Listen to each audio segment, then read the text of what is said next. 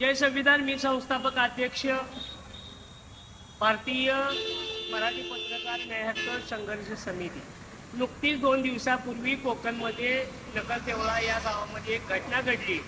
त्यामध्ये नकलदेवळा या विभागातले ग्रामपंचायत सदस्य यांनी सोशल मीडियावरती चुकीची पोस्ट टाकून पत्रकारांना बदनाम करण्याचा प्रयत्न केलेला होता। या संदर्भानं त्या विभागातले एक पत्रकार बांधवांनी या संबंधित समाजाचं पत्रकारांचा बदनाम करण्याचं समाजामध्ये षडयंत्र रचल्याबद्दल त्या ग्रामपंचायत सदस्यांना विचारणा केली। त्यावेळेला त्यांनी त्या पत्रकारांना धमकावण्याचा प्रयत्न केला, जीवे मारण्याचा प्रयत्न केला। या घटनेचा आम्ही कराडमध्ये प्रथमतः जाहीर निषेध करतो।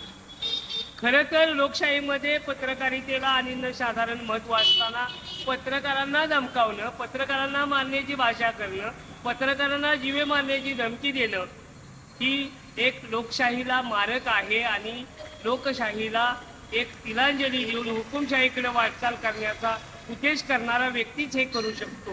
त्यामुळे या प्रवृत्तीचा प्रथमतः मी जाहीर निषेध करतो। खरं तर या पत्रकाराला बदनाम करण्याचा किंवा धमकावण्याचा प्रयत्न करणाऱ्या संबंधिताला मी एक आव्हान करू इच्छितो की ज्या गावच्या बोली त्याच गावच्या बाबळीत, वेळ पडली तर आम्हाला पेन बाजूला ठेवून दांडकी हातात घ्यावी लागतील आणि त्याला ते संबंधित जबाबदार राहतील।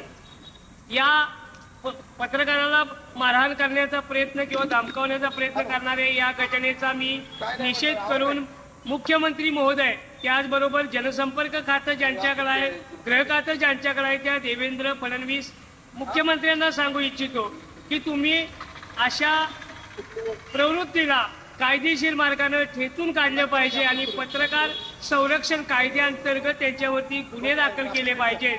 पत्रकार संरक्षण कायद्याअंतर्गत जी अंमलबजावणी आहे ती महाराष्ट्रामध्ये प्रभावीपणे झाली पाहिजे।